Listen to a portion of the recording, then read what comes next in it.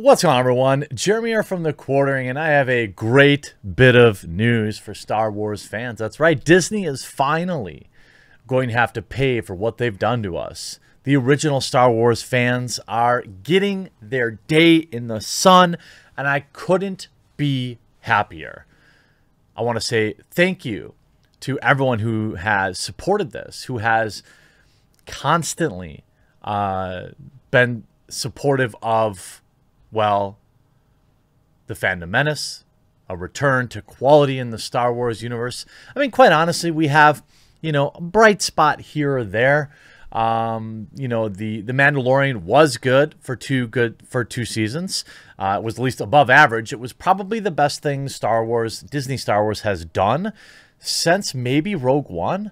Rogue One, is kind of a movie that a lot of people forget, but I liked it. I liked it a lot. And now, if I go back and watch it with a more critical eye, maybe I won't like it as much.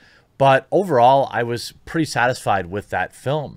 If we look at, Star Wars rolling out the Bad Batch earlier, I think probably because, Falcon and the Winter Soldier, the buzz died off really, really quick for that. If we look at, hey, I've been keeping up on everything, all Star Wars. I want to know what's going on. If I look at, the Bad Batch trailer, it's actually, exceeding, super loud, exceedingly good. 87,000 upvotes. It's number 16 on trending. Now, of course, they're paying for that. They're being forced to pay for people to be really interested in this, obviously, because, 1.5 million views when they average 50,000 to 100,000 on every other day. That's fine. That's not anything weird. But let's take a look back at A Step into the Dark, the art of the High Republic and more. I don't know why.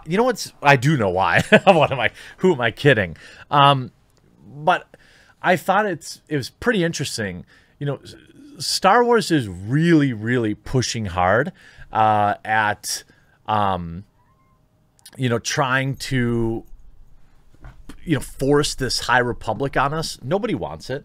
Nobody likes it. Every single Star Wars High Republic video is massively downvoted.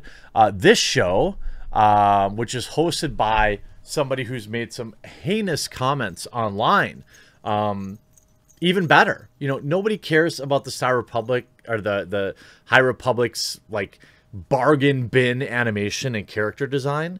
I don't know why Star Wars is doing this unless they just want to give Christiana Ariel a show to run. But we could see 57,000 views, 10,000 downvotes to just barely 2,000 upvotes. This woman is widely disliked in the Star Wars fandom because of the things she said, not because of anything, tangible, her ability to do the job or anything like that. This is something like, if you think about it, like what happened with Brie Larson. She made some statements that were very disliked by fans of Marvel, about men in particular. And that followed her around for years. Now, I think, all has been forgiven there in terms of Brie. She's had 2 or 3 clean years of just basically being a run-of-the-mill Hollywood virtue signaler without going after men in particular. This particular person hired by Star Wars went after white folks and white women in particular, blaming them for all of the wrongs that have ever been done.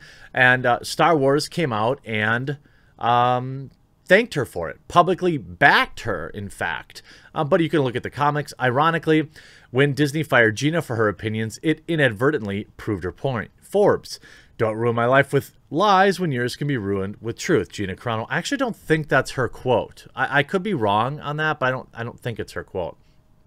I'm not the only one that's ever been bullied by this company. Ironically, when Disney, it's just, these are not you might argue that these are bots, but hey, look at somebody used my profile picture in this one. Again, this isn't me. That wasn't me. But the comments are just a deluge of fan pushback. Now, we talked about yesterday or 2 days ago that Disney was going to start experimenting with hiding the public dislike counts to protect creators' psyches. This is something that, perhaps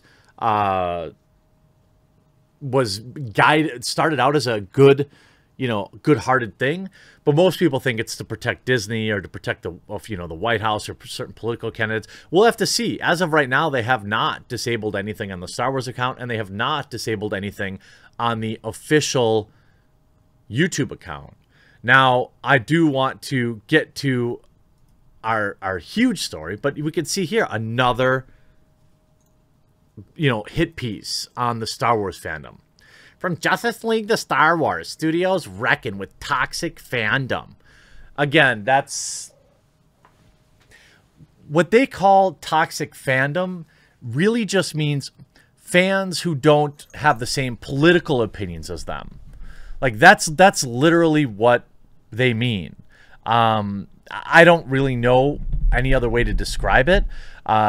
Imagine a world imagine if I had 50,000 viewers who were demanding something from me and willing to pay for it. You know what? I wouldn't call them toxic. I would call them extremely important to the success of my channel, which is why if people like the channel, that I always tell people, hey, the subscribestar.com/thequartering is a very, very, very powerful way to help the channel.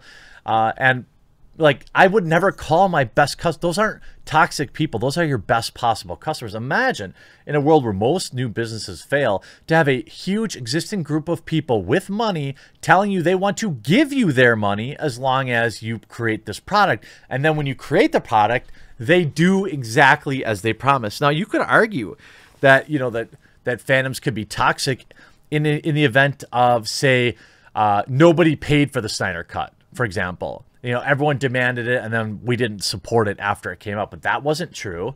And you can see this, despite the positives, a small but vocal segment of the fandom used social media to be mean to fellow fans, as well as Warner Media. Won't somebody think of super huge mega corporation Warner Media?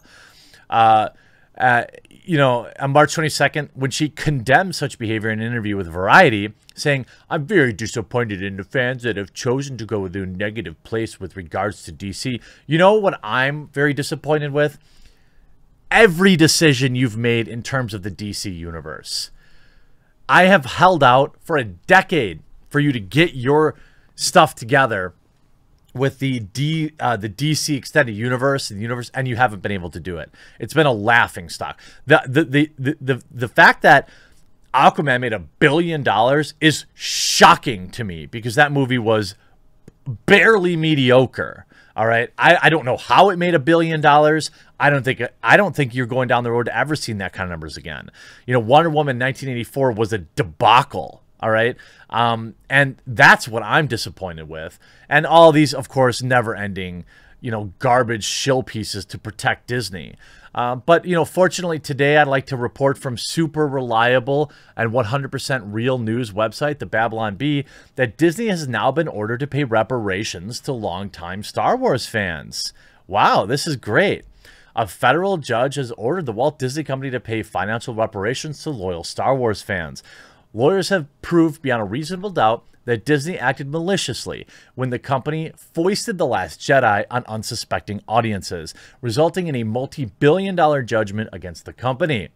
The order is the first time the court has recognized the legitimacy of the financial restitution for fans harmed by meddling with a once great franchise. Legal experts believe this decision could open the floodgates on reparations for fans of other franchises that have been abused, such as Indiana Jones series. The Indiana Jones fandom has long pushed for reparations after Kingdom of the Crystal Skulls release.